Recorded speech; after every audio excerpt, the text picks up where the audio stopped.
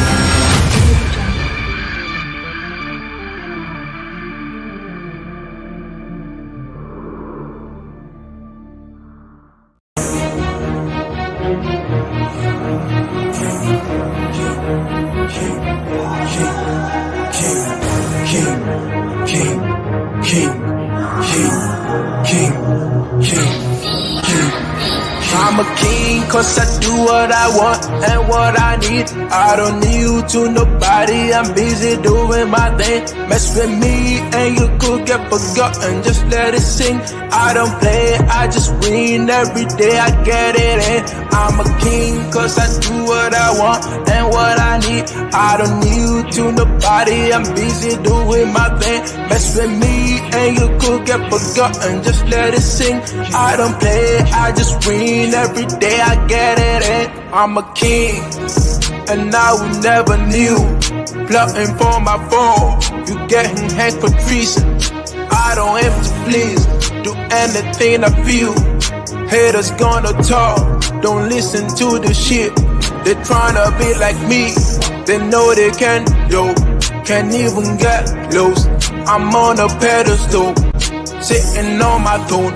My neck be decked in gold, I don't do no hoes, I've got a queen though. I'm a king, cause I do what I want and what I need. I don't need you to nobody, I'm busy doing my thing. Mess with me and you could get forgotten. Just let it sing. I don't play, I just win every day. I get it in. I'm a king cause I do what I want and what I need. I don't need to nobody, I'm busy doing my thing. Mess with me and you could get forgotten. Just let it sing. I don't play, I just win every day. I get it in. I'm a king.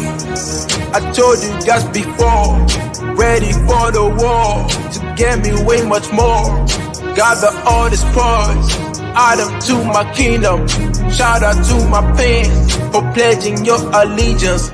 You get a reward, the best flow you've ever heard. I don't be mixing with birds, I'm a lion on the surge. Always pushing to the edge, facing arrows, never scared. For my greatness I'm a servant, only under myself. I'm a king cause I do what I want and what I need. I don't need to nobody, I'm busy doing my thing. Mess with me and you could get forgotten. Just let it sing. I don't play, I just win every day. I get it in. I'm a king cause I do what I want and what I need. I don't need to nobody, I'm busy doing my thing. Mess with me and you could get forgotten. Just let it sing. I don't play, I just win every day. I get it in. Money making is my thing cause I'm trying to be rich, trying to put away meals.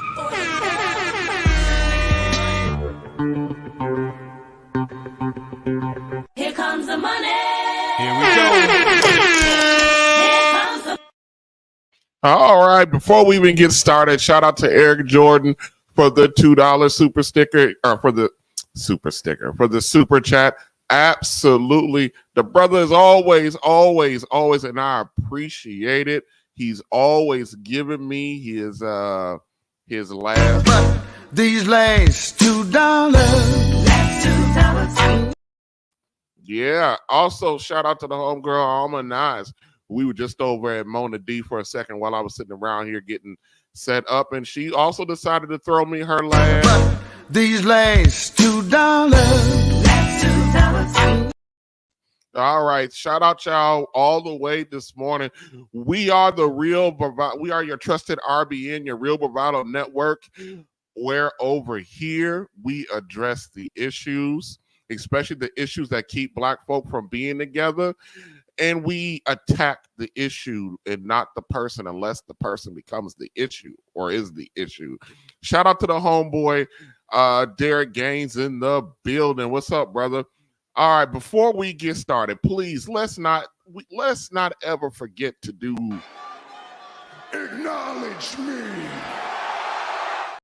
Acknowledge the Real Bravado Network by sharing the stream, hitting the like button.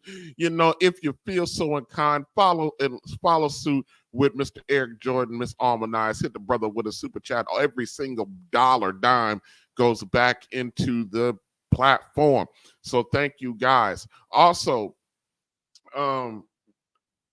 shout out to the Culture Clinician for coming through last night and spending 2 hours with us on a really good subject last night. I thought it was quite good, and he allowed me to simulstream or simulcast on his platform. So I want to actually give a good shout out to him. And also shout out to Koon Lee, who is a constant supporter of the Real Bravado Network. We're going to do that during our lunch hour, afternoon coffee break streams. We're just going to acknowledge every stream. We're going to acknowledge a new supporter. And supporter doesn't necessarily mean the financial contributor. I'm just talking about people who show up, who participate, who encourage me. You are a top supporter, despite if you give or if you donate to the platform or not. You being here is always enough, helping me out with them watch hours and, and all that other good stuff that I need, them like buttons, all of that help grow us. I know we're not full of the ratchetness over here, and I'm not going to sit here and pretend like I do not enjoy a good ratchet live stream. Ain't that right, Messy Michonne? Yeah. We love the ratchet, but we over here doing some work. Now, we will address the ratchet issues, but we will address them in a way that points out how that crap is affecting us. So it's a little serious over here. We do like to have fun, and I don't mind having no fun. Ain't that right, lead attorney? What do you think about what my goals are over here? They are amazing. Absolutely believe they are amazing, you know. And I didn't get a chance to do this last night.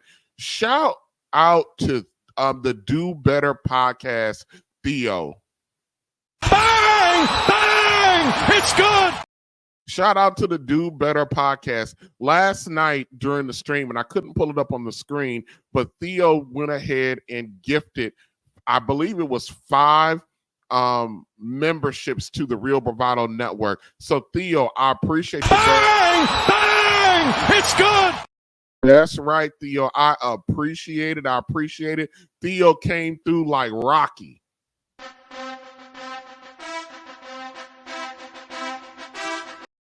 He came through like Rocky with those channel memberships. Brother, I appreciate it. Will always appreciate it. You that's how you show some support. Black men showing other black men support. Yes, absolutely. So I thank you for that 100%. And for you other brothers out here, like the global the global icon himself, King Consciousness. Yeah, I have just determined I'm completely out on you, brother. Fuck this shit, I'm out. Fuck this shit, I'm out. If you out here not doing nothing to if you out here just pandering and you out here trying, let me tell you something. These panders actually are more dangerous than I think the Pookies, because they're out here fleecing black women and they're taking advantage of our women's egos. They're taking advantage of their heartbreaks. They're taking advantage of their bad programming and not being raised right. They're taking advantage of this shit and enriching themselves over that. So, you know, and they especially taking advantage of our women who just, you know, don't know what they don't know. So they are more dangerous, like a King Conscious, the global icon as he calls himself. They are more dangerous than all of these Pookies out here because they help our women's minds stay stuck where they're at. So, you know, screw them and brothers like that. Once again, King Consciousness, I'm no longer on the fence about you. I am completely. No thanks. I am completely. Fuck this shit, I'm out. I'm completely out on you, dude. So, all right, y'all, listen. So today, all right, hold on a second. Before we do that, let me do this. Let me do this. For today. Let me talk to you. All right, let me talk to you for a second. So when I first developed this topic last week, you know, I had a whole thought process on how I was going to deal with it. I don't have that today, and we're not going to be around here. Hold on a second. I always forget to do this, you know, because we are definitely on the coffee break, so we got to get back to work. You know, we can't be late going back to work from our coffee break. We always late going back to work from the coffee break, but that's okay. Listen, one of the things that I have been watching kind of closely, Larry Elder, and I've been watching where he's going. I've been watching who he's talking to, and we need to have a little bit of a conversation right now about respect. Late Gen X, early millennials, which is where I fit in, which is where most of us fit in right now. We absolutely have no respect for any other generation. We have no respect for their history. We have no respect for what they've gone through. We have no respect for their wisdom. We have no respect for their point of view. We have no respect for them as a man or them as a woman. The way in which we talk to people is completely and utterly reckless. And it's completely and utterly reckless to the detriment of us. And I understand a little bit of why we might be a little bit disrespectful to them, but what do we gain by that? The way we talk to Larry Elder on the Breakfast Club was talked to by a guy that's 40 years old, and Larry Elder is 70. That's over 30-year gap. This man is old enough to be Charlemagne, Envy, and that hyena on the screen, old enough to be these people's fathers or grandfathers. And they talk to him as if he was like a little boy. And I don't know where we got off track with that, or our generation thinking that this was okay. That is not how our generation was raised. If we talked to, interacted with, and dealt with older people or people that was our senior, like the way we're doing it now, we would get straight up popped in the mouth, gut punched, throat punched, all of that. Not only by the person we did it to, but when our folks were notified. Listen, growing up, I'm one of the 80% who did not grow up with his father in the house. But however, growing up, I was raised by my grandmother, and this woman, used to tell me, your job is not to fight, argue, disagree, or become in conflict with another adult. If there is conflict, or if conflict arises between you and an adult, I expect you to remove yourself from the situation, and I expect you to come get me. I am the one that fights your fights with adults. And she goes, and when you come to me, you better be right. You better be right, and you better have clean hands. And rule number one, you do not go back and forth. You do not argue with an adult, period. Rule number one. If you break rule number one, it no longer matters what happened with the conflict between you and that adult, because you broke rule number one, which is you are to not have any conflict with an adult. If there's an issue with you, between you and an adult, your job is to come get me. That was rule number one. And everything stemmed from rule number one. And I understood that because I broke rule number one. Got into a verbal confrontation with someone. It didn't matter if it was a teacher at school. It didn't matter if it was a usher at the church. It didn't matter if it was a lady around the corner. It didn't matter if it was a checkout clerk at a store or a convenience store. It did not matter who it was. And it did not matter the environment in which I was in. If there was a conflict with an adult when I was a teenager or younger or whatever, I was not to sit there and go back and forth with an adult. The moment that it seemed that it was going to be turned into some kind of conflict, my job was to remove myself from that adult and come find her or contact her and tell her the truth. And then let me tell you something. If I had to reach out to her, I better have been in the clear. I better have had clean hands. That adult better not have had to have talked to me because of something that I was doing wrong. Because if I went to her about an adult, about a conflict, and that adult was talking to me or dealing with me because I was out of order, I got it anyway. So it had to be with clean hands. I remember a story when I was I think it was a sophomore. I was a sophomore in high school, and I was in I had an English class, and I was in the English class with all my buddies, and we were in there cutting up, clowning, and all this other stuff, just acting a plumb fool. And this went on for weeks and weeks and weeks.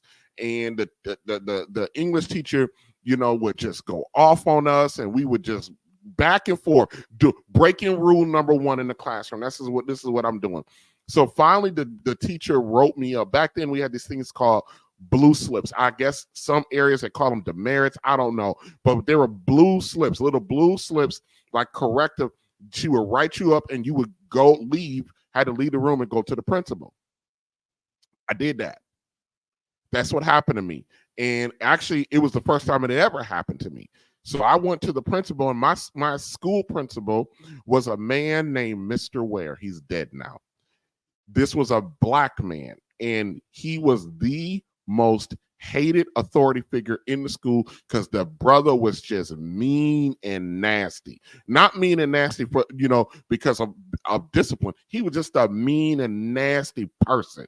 And so here I am in this office with him, having to experience all of this man in this moment. And this man did not believe in grace and mercy. He did not believe in anything other than making you uncomfortable and making you suffer and pay. That's all everybody. I don't even think his colleagues liked him. That's how,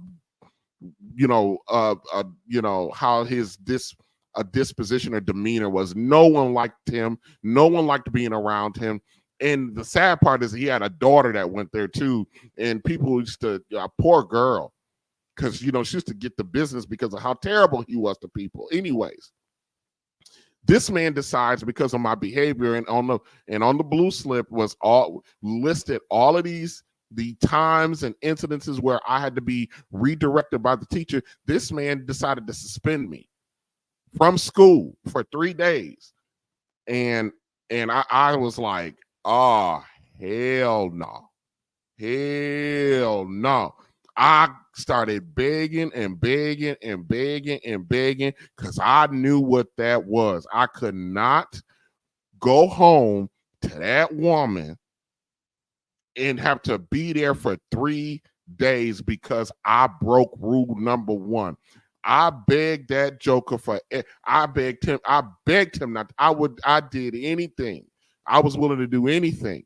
I begged him for in-school suspension plus detention plus whatever.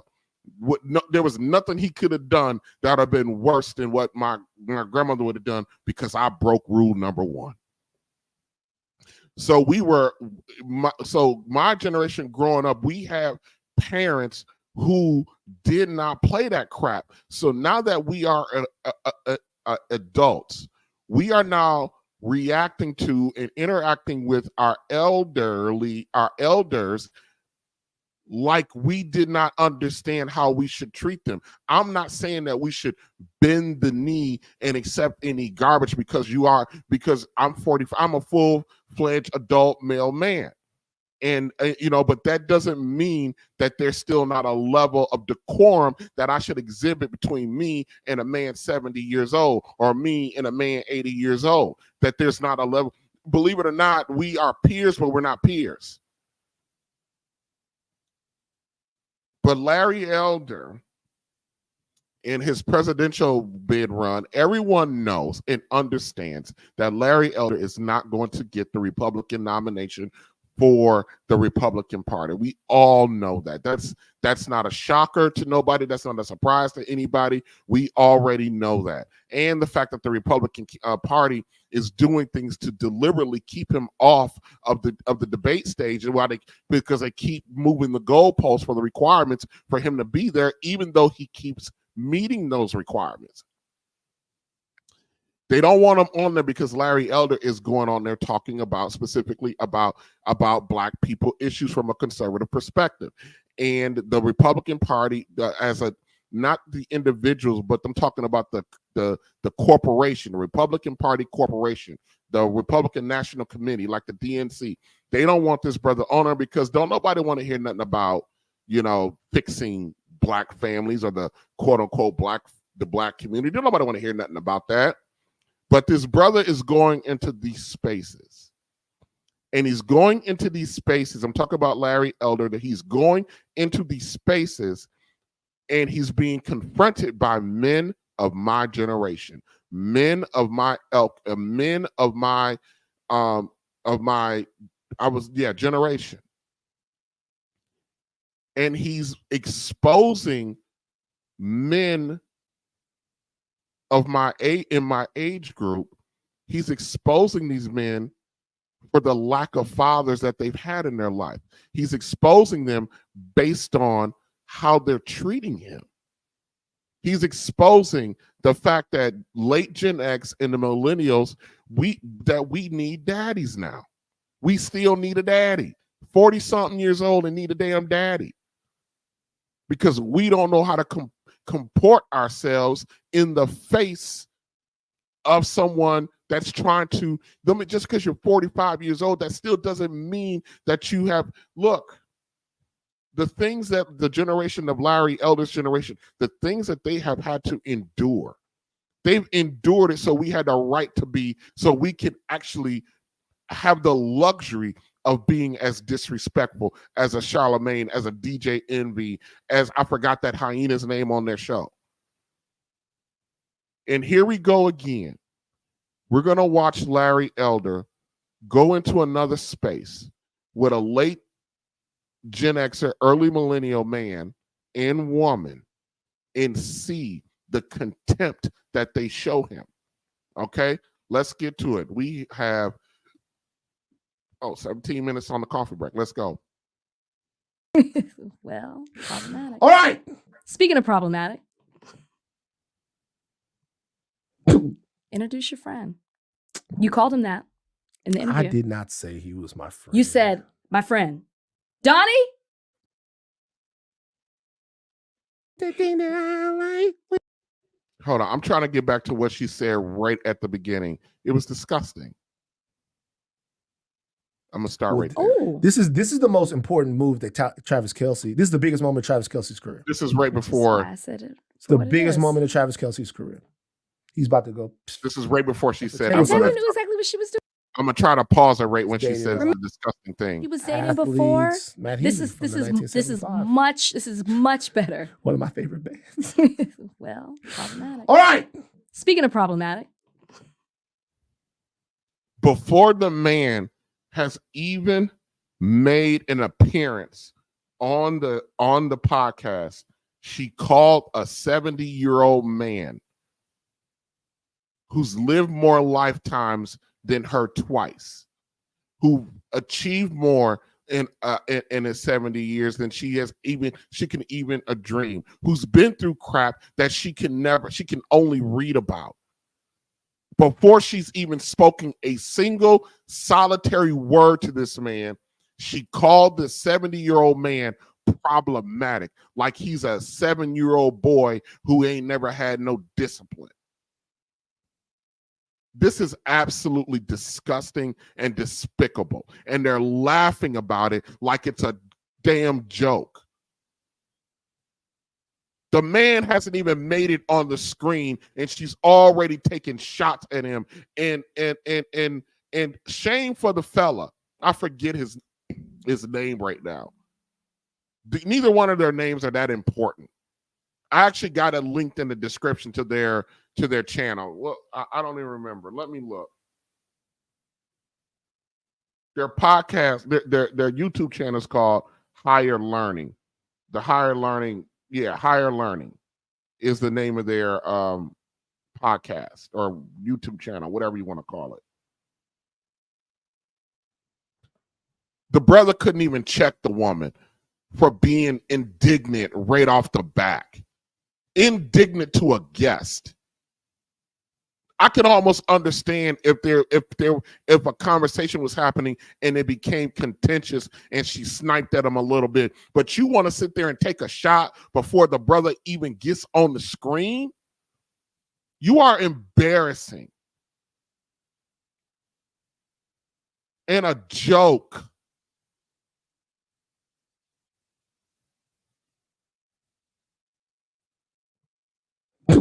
introduce your friend. You called him that in the interview. I did not say he was my friend. You said, my friend. Donnie? Did he not? I can't remember. Oof, I got to run it back. You definitely did. Oof. And when you find it, play it right here. I'm asking you, my friend. Higher Learning and Larry Elder, presidential candidate, on the other side of this break. Okay. We have our first presidential candidate on Higher Learning. If that is still the status of who Larry Elder is. Now he's taking a shot. Now he's taking a shot. Our first presidential candidate, if that's what he really is, you sound like I'm trying to limit my cussing. I swear I am. But I couldn't have been in that room with either one of those two. Look, let me tell you something. That chick is a hyena, and so is that dude. Weak, soft, disrespectful. You lose credibility when you come at somebody like that for unprovoked. An unprovoked attack. You don't have to agree with Larry Elder's political stances. You don't have to agree with his assessment of the black family. You don't know this man from a hole in the wall. And everybody want to sit around here and talk about the lack of respect for black men that society has for black men when you have a black man on a podcast before the other black man could even speak a single solitary word disrespecting him publicly and on a public platform. And we want to sit around here and bitch about our image when we sit up here and we destroy it ourselves. We don't even offer the grace and mercy, the baseline respect to one another, but we want to be pissed off because the white man won't do it either. We got to take care. Am I my brother's keeper? One of the most famous lines from the Nino Brown. And we all was like, all cheered up. But that shit actually means something. If you want your ethnic image to be respected, you have to respect it, even in the face of somebody you disagree with. Larry Elder has not spoken a single solitary word, and he was disrespected by the female and the dude in less than a minute. And I'm not defending Larry Elder. He doesn't need me to defend. The fact of how he deals with them is the defense. It actually exposes just how childish these grown people are and how my generation probably doesn't deserve respect at all. We'll talk of what Larry Elder is doing. We'll talk about that in a second. Larry Elder is joining us on Higher Learning today. Larry, how are you, my man? I'm doing well. Thank you for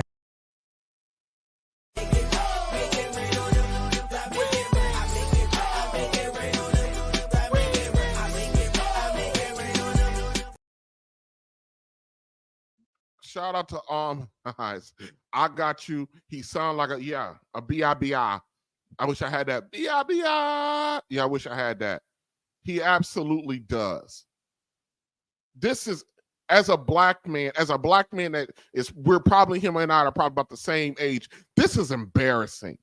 This is shameful. Because I am assumed to be like him. Black people, I don't know when we're going to get this basic understanding or this basic fact about us. When we do something publicly and it's negative, they attach that to all of us. It ain't just on you. Now with white folk, good old white folk, when they do something negative, they attach it to the individual. It doesn't affect the entire culture. But with us, there's a responsibility. I don't care if you don't like it. It's the responsibility. When you misbehave, it puts me and it puts me, Team Peterson, Derek Daines, Eric Jordan, Theo Coop, it put MTR, it puts us all in danger. When you up here acting like a B-I-B-I. Thank you. Now, look, I expect that we're going to disagree on some things in this interview. So I wanted to start off with something I feel like the three of us can agree on, okay? Is that all three of us have a special love for Black people, for Black Americans. And so you're going to have to define what that love is, brother, because in the first minute of the stream of your podcast, I don't see anywhere near where you demonstrated love. And I'm going to say this till I'm blue in the face. Love is not a feeling. Love is an action. That's why love is an adjective when you're talking about the English language. An adjective is an action word. Love ain't no feeling. It's an action. Your action shows that you don't give a damn about Black people because you didn't give a damn enough about this 70-year-old man to offer any baseline level of respect. You or that hyena over there. Now I'll be out of order if I call that hyena over there a black bee, because that's what she deserves. That level of disrespect that she drooled out of her mouth from the jump. She'll be all up in arms if I called her every kind of black bee in the book. What's your body count, ma'am? Do I smell a Thotzilla in the room?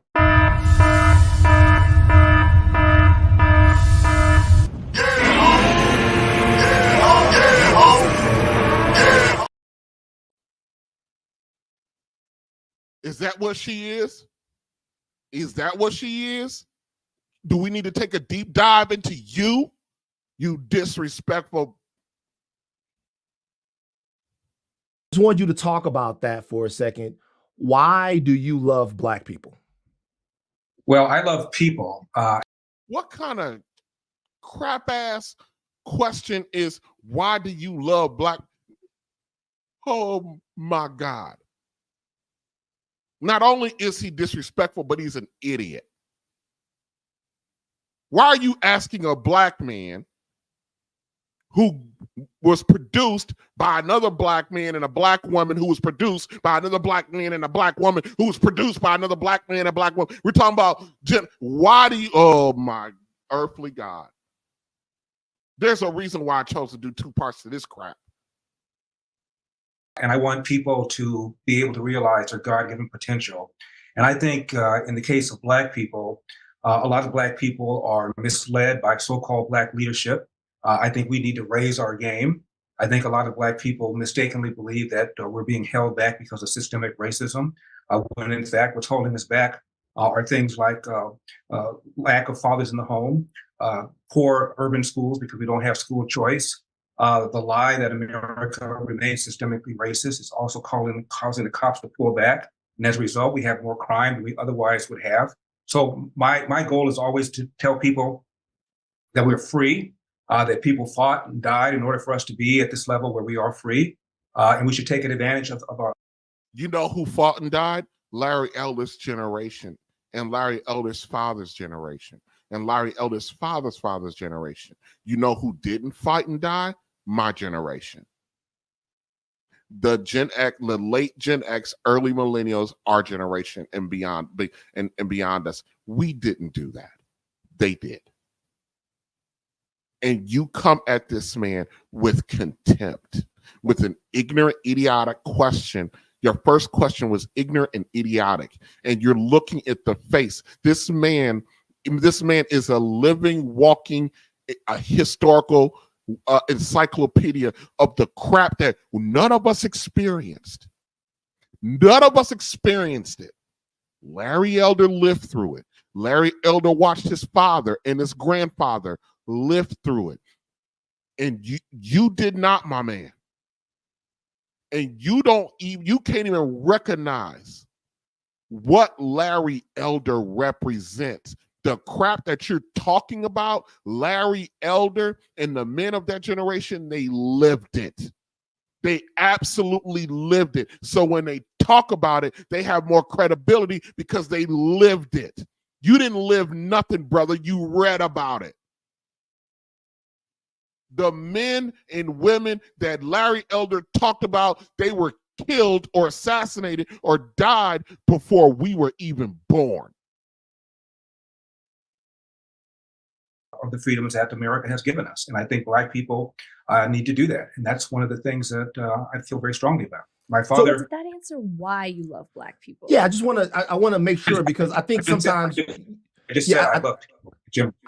But I know love people, but you're a Black man. You talk a lot about your father and the experience that your father had coming from Athens, Georgia, the things that he did to make it in America and some of the obstacles that he overcame. And his story, while an American story, is also a specifically Black American story. And so right. I'm just wondering, because I've also heard you say that you don't like being called the black face of white supremacy or what other people have called you. I've heard you say that.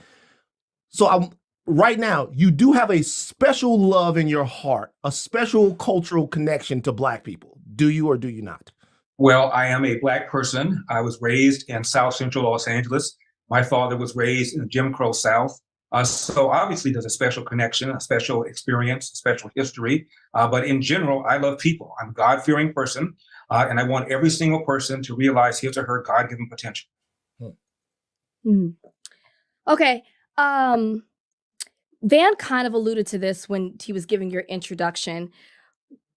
So I'll just say this in a general sense before we get into it and where you are in regards to whether or not you're still running for president and with the second debate coming up and all of that. Why should people continue to talk to Larry Elder? Seeing where you are right now in the race, they didn't allow you to come on the first debate stage, and we'll get into that. Why should people continue to talk to Larry Elder? Well, I didn't make the first debate stage, in my opinion, Rachel, because I got shafted. I met all the debate criteria. They required me to have 40,000 individual donors. I did. And to submit 3 polls where I was at 1% or better, and I did. And a few hours after the deadline, I get a phone call from the chairwoman of the GOP, Ronna McDaniel, and she says, you're not qualified because one of the polls you submitted is not usable because it's affiliated with Donald Trump. And I said, assuming that's true, what's my problem?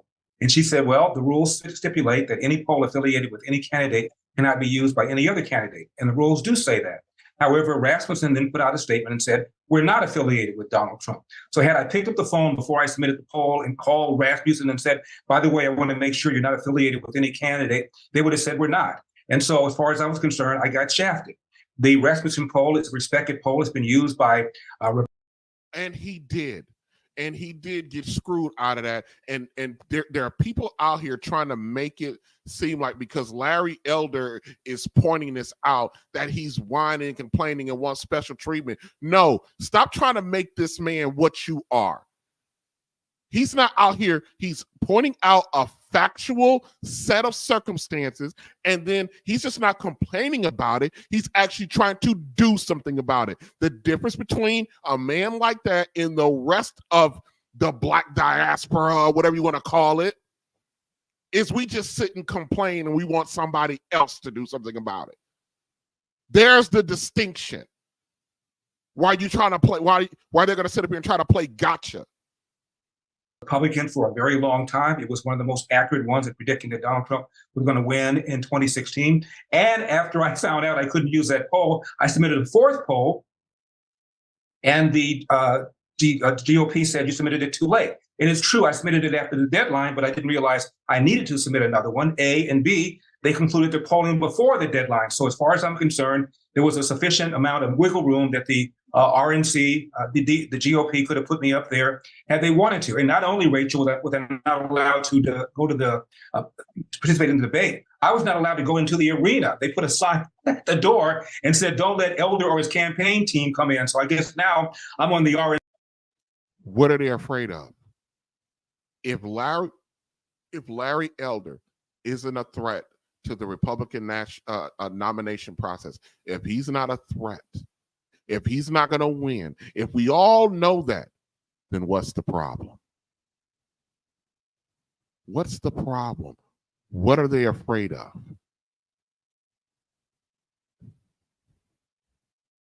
Terror watch list. As to whether or not I'm still running, as of this moment, I am. The next debate is on Wednesday, and we got to have 3 polls where I'm at 3% or better.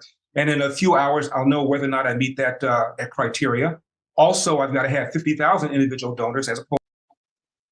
By the way, that debate happened last week. He met the criteria, and they found another excuse not to let him on the stage. I'm just letting you know. He keeps clearing these hurdles. But because he identifies as a Republican, Black folk ain't gonna lift a finger to help him because he identifies as a Republican, even though his platform is all pro-Black stuff. if this was a black Democratic candidate that was being treated like this by the DNC, we will be out here in an uproar. We'll be outraged, protested. Every social media platform, anybody with a voice, anybody with over 50,000 subscribers will be going live all at the same time. We will be rattling the cages. If he was out here advocating for more Section 8, increasing the welfare payment, increasing the food stamp payment, increasing the child support payment, if he was out there doing that, if he was out here advocating for black women to be 700 pounds like Lizzo, to 40,000 the first time, and have already exceeded that. So we'll see. I think right now it's a coin toss. Why should people still listen to Larry Elder? Real simple. I've got the same kind of America First, Make America Great Again agenda that Donald Trump has, but I'm bringing forth some issues that I believe our side is not talking enough about, if at all. Number one, I feel the most important pressing domestic problem in America is the epidemic of fatherlessness. It is particularly acute in the Black community, where nearly 70% of Black kids now enter the world without a father in the home, married to the mother. 78%. We might as well stop saying that. That's basically all of us. That's basically every damn Black home. That's how you put that. 78%. Well, okay, you got less than 20, you got a little over 22% that is not. The 22% is irrelevant now. The 22% can't do nothing about that. Somebody yesterday made the statement that the worst of us have reproduced the best of us. Let that sink in. The worst of us have out-reproduced the best of us. Reproduce, meaning spawned gremlins.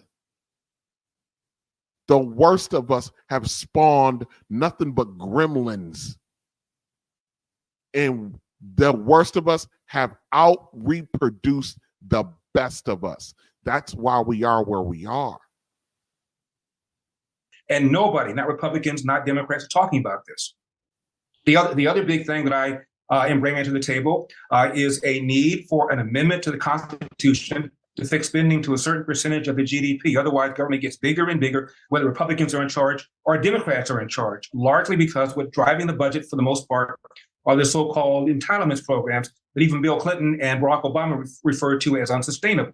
But if you're a politician and you run promising to reform Social Security or Medicare or Medicaid, you will lose elections because the other side will accuse you of not caring about the sick, the poor, the elderly. So the only way to make these kinds of reforms and true cuts is with a law that forces the politicians to do it. The other big thing I talk about is the lie that America remains systemically racist. It's not only a lie that Democrats push in order to get Black people scared so they vote Democrat, it's getting people killed. It's called the Ferguson effect or the George Floyd effect. And that's a phenomenon of cops pulling back in every major city. And as a result, there are thousands of people who are dead in the last 2 years who otherwise would not. Now, this is an issue that we could have, that this doofus,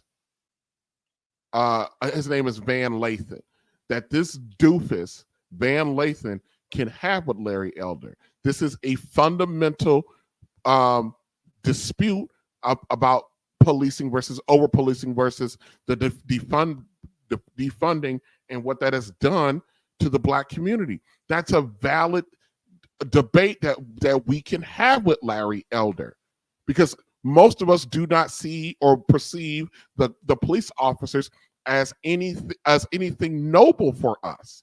That is an actual debate that we can actually have. That's a legitimate disagreement that we can have with him. But because we don't have any respect for one another, we don't have any respect for Larry Elder, we don't have any respect for what he's walked through, for the history that we are only reading about, that he actually lived about, we can't even do that in good faith. And we can't even do, and a lot of us can't do it because we don't have the knowledge or the skill set to engage in the actual debate from a good faith perspective. Have been killed if the police have been doing their normal proactive policing. And finally, the issue that I'm bringing forth I know Republicans support school choice, but I don't think they've made the case about how bad urban American K through 12 education is. For example, one city, Baltimore, there were 13 public high schools in Baltimore, I kid you not, where 0% of the kids can do math at grade level. Another half a dozen were only. And you notice they're not saying anything about this. They're not pushing back on this because it's an absolute failure of us. But we are 78% of our single mamas will sit out there and blame the school system when we are responsible for the education and development of our own children. We're responsible. The school isn't responsible for it. We are.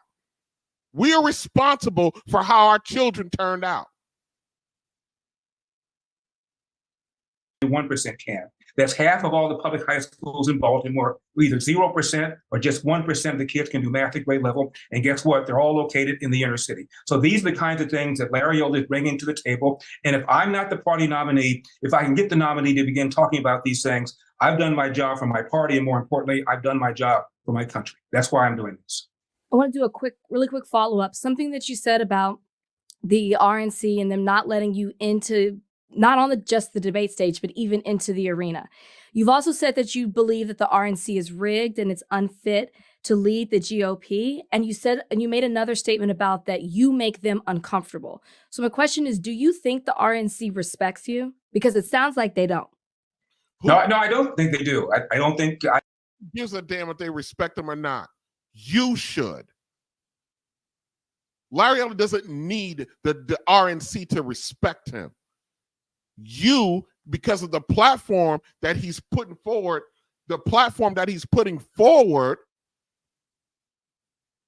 is in your best interest. You can make Larry Elder undeniable to the RNC. White folk only look, not white folk. I don't know if you guys have been paying attention. But the Republican Party are the biggest damn gangsters on the planet. They will cannibalize your ass in a minute. They don't care if you are one of theirs or opposed to them. They are not afraid to do the thing that they think that needs to get done.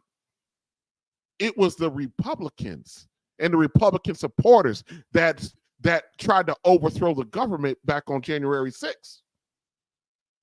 What did the Republican Party just do to one of their leaders the other day? They took they took the man behind the woodshed and put up and if you guys know the book Old Yeller, they Old Yellered him. But that would require you suckers to be able to read or pay attention in school. Old Yeller, for my generation, guys should have read that in the 5th or 6th grade. It's about a dog, an aging dog. The Republicans, they got rid of one of their own. They absolutely ousted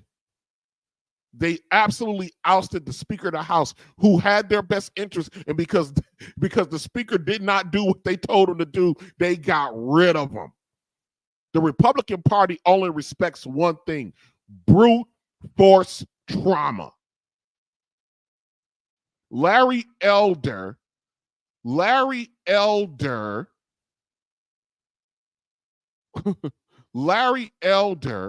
is carrying our water. And we're too stupid to understand that he's doing the thing that is in our best interest. That doesn't mean we have to agree with every single political point for Larry Elder, but the overarching platform of his is for our survival. And because he's carrying a Republican flag, y'all just want to throw the baby out with the bathwater.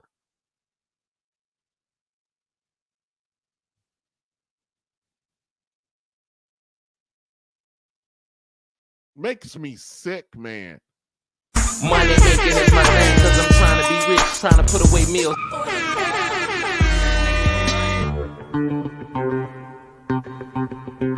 Here comes the money. Here we go. Here comes the Shout out to This Might Be Risky podcast. Hey, what's up, brother? What's up, Hamp? you know, man, you be having some triggering debates over there. You guys go check out This Might Be Risky podcast. Almond, if you're still in the chat, if you can find This Might Be Risky's podcast's channel link, can you put that in the chat for me? Shout out to the brother for the $10.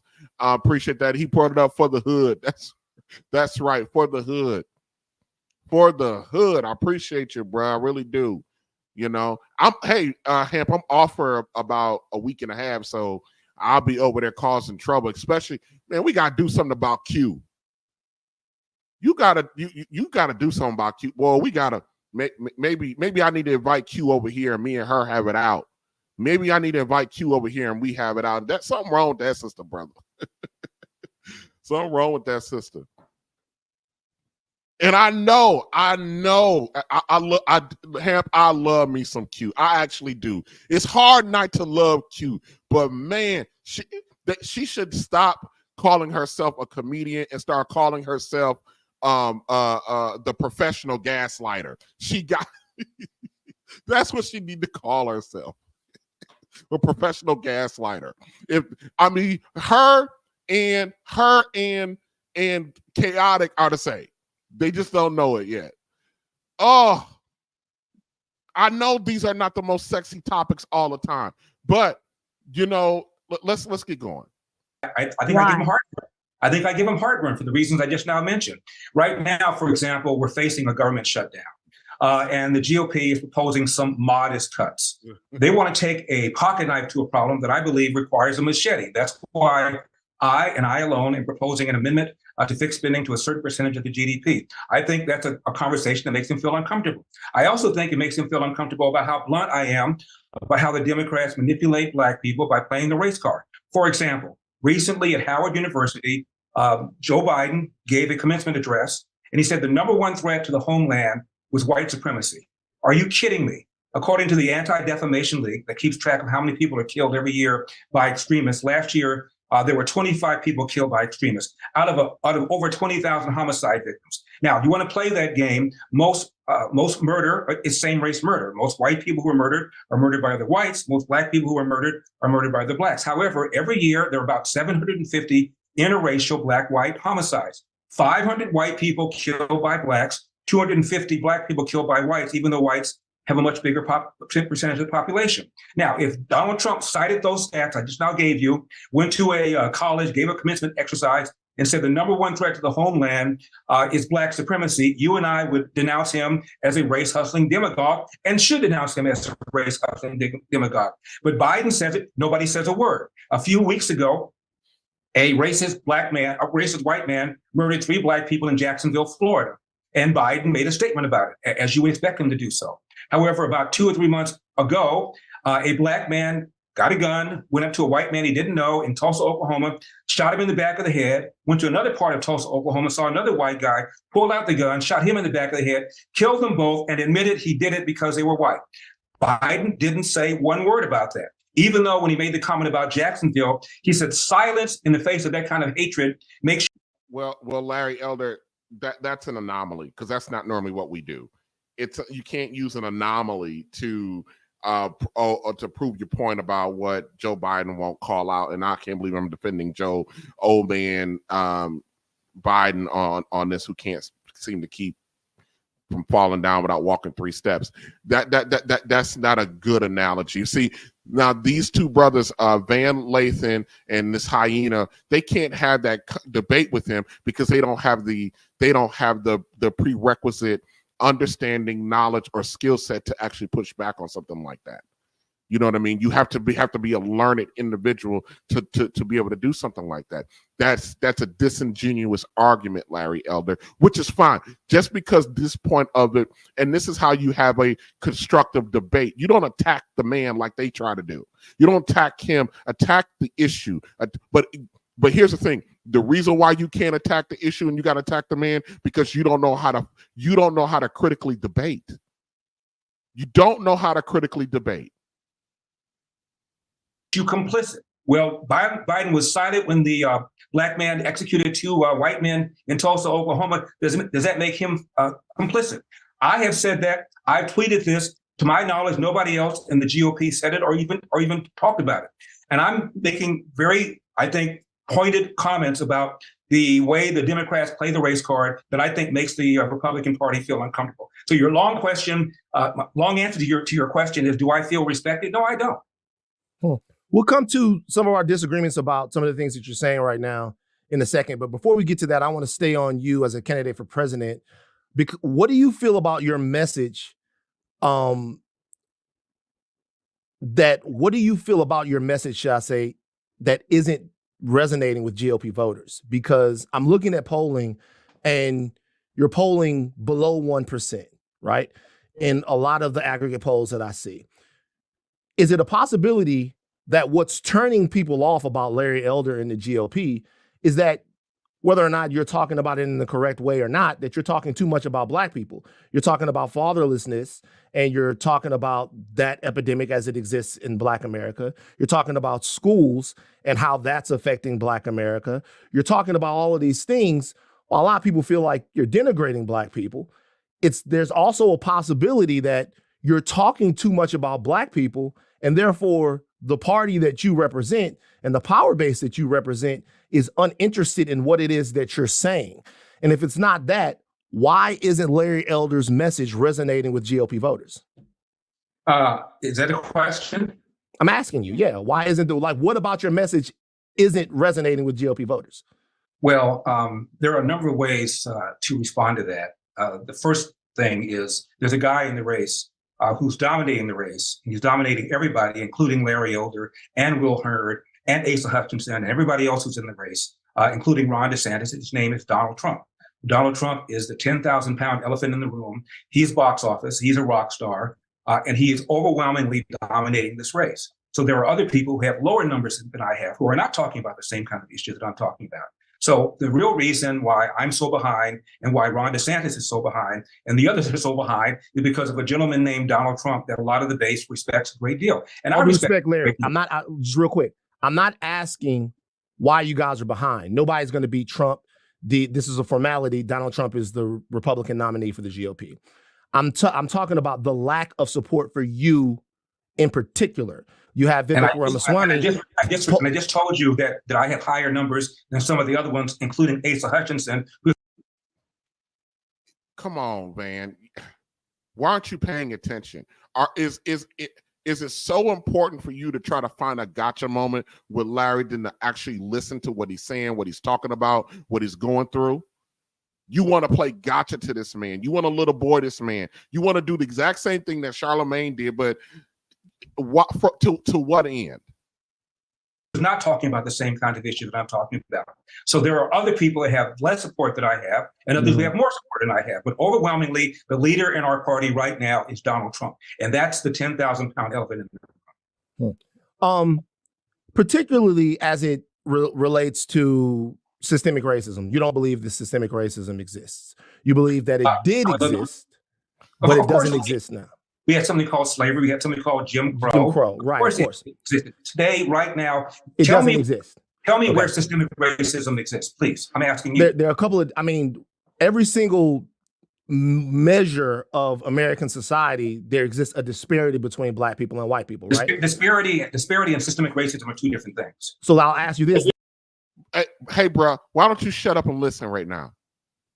Why don't you be quiet, Van? Why don't you be quiet and listen? This is the part where I'm saying that Gen X men or late Gen X men, early millennial men, where we need a daddy. You so hell bent on trying to show him up that you're actually missing out on some real information, something that you can do.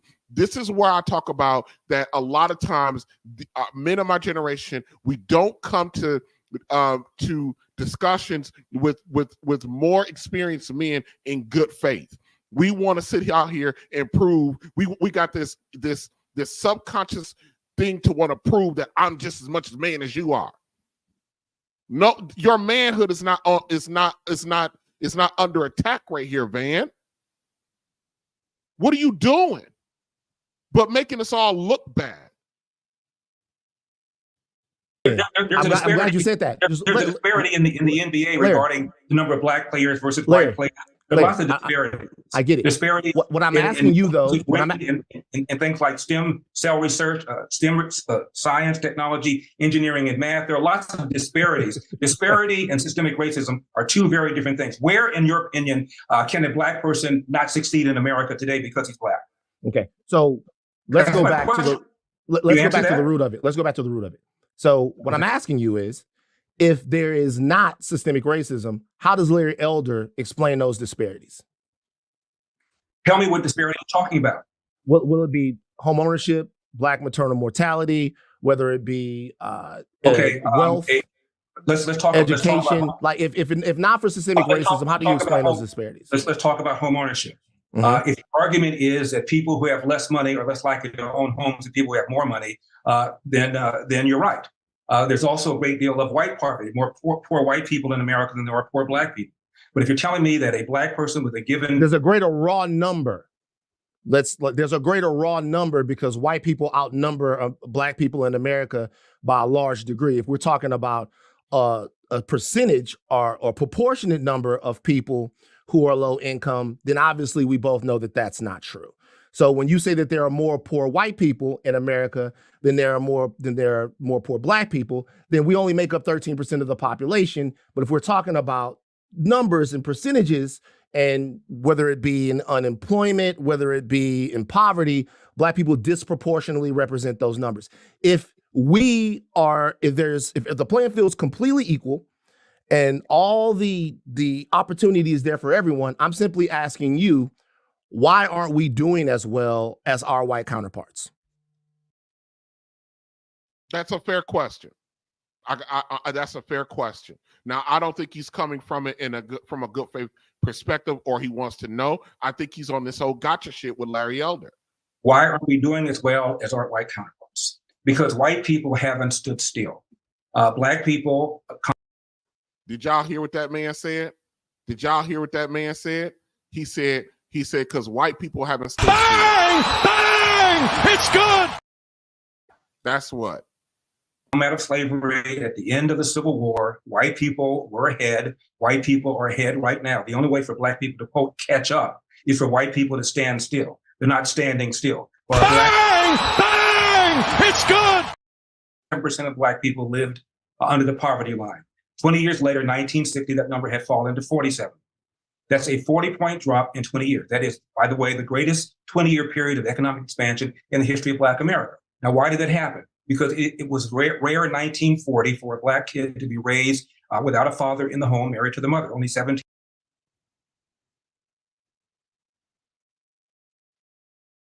Damn. Boom. We're gonna play that again.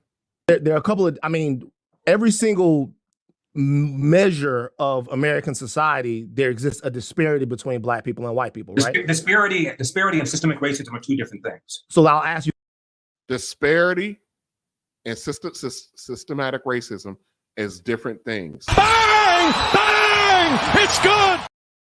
This brother is out of his league. Van Lathan is out of his league. I'm glad you said that. There's a disparity in the NBA regarding the number of Black players versus white players. There's lots of disparities. I get it. Disparity. What I'm asking you, though, in things like STEM cell research, STEM science, technology, engineering, and math, there are lots of disparities. Disparity and systemic racism are two very different things. Where, in your opinion, can a Black person not succeed in America today because he's Black? Okay, so let's go back to the. Look, Larry's like, answer my question. Answer the question. Answer the question, brother. Answer the question. Bang! Bang! It's good! Right. Answer the question, brother. He up there not wanting to answer the question. Instead, he rather be like, fuck this. He rather be like, fuck this shit, I'm out. That's what Van Lathan rather be like. He'd be like, I gotta go. He be like, I don't know. Larry Elder. Got him. Larry Elder. Yes. Larry Elder. Got him. Right. Let's go back to the root of it. So what I'm asking you is, if there is not systemic racism, how does Larry Elder explain those disparities? Tell me what disparity you're talking about. Will it be home ownership, Black maternal mortality, whether it be wealth, let's talk education? about, like if not for systemic racism, how do you explain those disparities? Let's talk about home ownership. Mm-hmm. If the argument is that people who have less money are less likely to own homes than people who have more money, then you're right. There's also a great deal of white poverty, more poor white people in America than there are poor Black people. But if you're telling me that a Black person with a given... There's a greater raw number.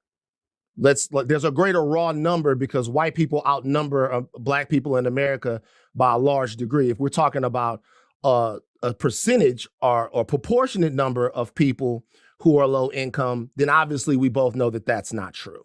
So when you say that there are more poor white people in America than there are more poor Black people, then we only make up 13% of the population. But if we're talking about numbers and percentages, and whether it be in unemployment, whether it be in poverty, Black people disproportionately represent those numbers. If the playing field is completely equal and all the opportunity is there for everyone, I'm simply asking you, why aren't we doing as well as our white counterparts? Why aren't we doing as well as our white counterparts? Because white people haven't stood still. Black people come out of slavery at the end of the Civil War. White people were ahead. White people are ahead right now. The only way for Black people to, quote, catch up is for white people to stand still. They're not standing still. But are Black people making progress? Hell yes. 1940, 87% of Black people lived under the poverty line. 20 years later, 1960, that number had fallen to 47. That's a 40-point drop in 20 years. That is, by the way, the greatest 20-year period of economic expansion in the history of Black America. Damn. Now, why did that happen? Because it was rare in 1940 for a Black kid to be raised without a father in the home, married Damn. to the mother. Only 17% of Black kids fit that category. Today, it's almost 70% of Black kids entering the world without a father in the Damn. home, married to the mother. That accounts for far more of the disparity than any kind of racial incident or racial analysis than you want to put forth. That's what the problem is. We began doing very well until the so-called war on poverty in the mid-60s. Lyndon Johnson launched it, I believe, with the best of intentions. But since then, we've incentivized women to marry the government. We've incentivized men to abandon their financial and moral responsibility. Numbers of Black people entering the world without a father in the home has now been almost triple from what it was in the mid-60s. And by the way, Hell no, to the no. It's also true among white households. It's almost tripled since it was in the mid-60s. You give people an incentive to behave in a certain kind of way where they become dependent upon government, you're going to have more of that kind of behavior. So the policies that many people have pursued have hurt Black people in the last several generations. Larry, according to that example that you just gave about white people not staying still and Black people having to basically catch up, if that's the case, according to your example, we'll never catch up. Well, collectively, probably not. But individually, can individuals do well? What she's basically saying, so what's the point? So what's the point? What's the point? What's the point? What's the point? What's the point? What's the point? The point is, yes, we probably won't ever catch up as a group, but that's beside the point. That doesn't mean that we don't do the work to do what we can to get where we can for the collective. But let me tell you something. I just said it. The worst of us have outproduced the best of us, have out-reproduced. We are a culture full of gremlins. I can't. Listen, Larry Elder, God bless him. He keeps going into these spaces. He keeps trying to fight the good fight. And even the best of us struggle with trying to drag our people along, but our people go out of their way to fight for the thing that's not in our best interest. We fight for our destruction. We fight for our destruction. if we took the same amount of energy and applied it where it needs to be applied to try to move us forward, we will be even further along than where we already are. Yes, there are some social gains that have made. There are some social gains that have been made throughout our culture through Black. We come a long way. We come a long way just to purposely take our ass backwards. Larry Elder, I mean, God bless you, brother. You keep going into these spaces that you're not wanting. You keep going into these spaces and dealing with this generation, my generation of men who have no respect for anybody, who think that they know and we don't know, who pretend like we've experienced the same crap you've experienced, who pretend like we actually are out, that we are more aware, more awake, more woke than you are, and you are the living example of what we actually read about. There's a large part of me now that just wish that guys like Larry Elder, guys who think like us, the guys who are just sick and tired. I said it last night. Maybe it's just time for us to move on. You know, I know somebody out there need to hear this. Somebody that's scared to start over, scared to move on. But I got a message for you.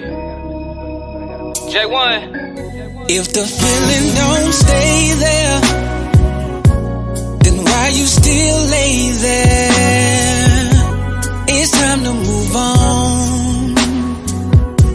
It's time to move on.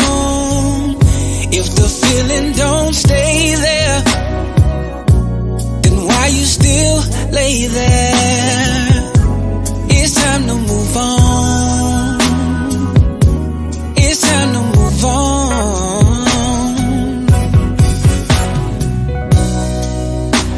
I know you're scared,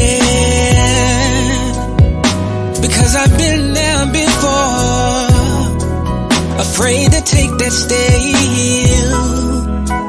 of walking out the door,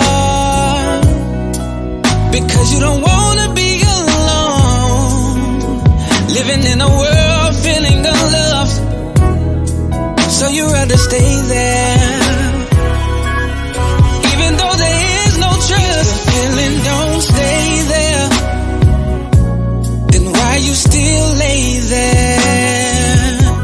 It's time to move on. It's time to move on. It's time to move on. It's time to move on. If the feeling don't stay there, then why you still lay there?